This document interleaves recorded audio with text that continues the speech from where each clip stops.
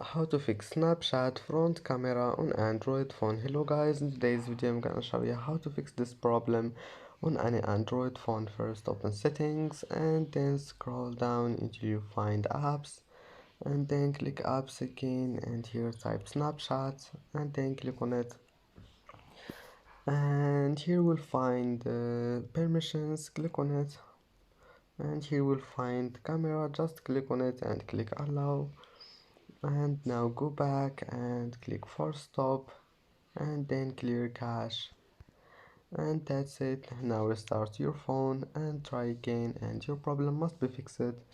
Click restart here, and that's it. If that doesn't fix your problem, you can just update your Snapchat and try again, and that's it for today's video. Don't forget to like and don't forget to subscribe, and see you in the next video.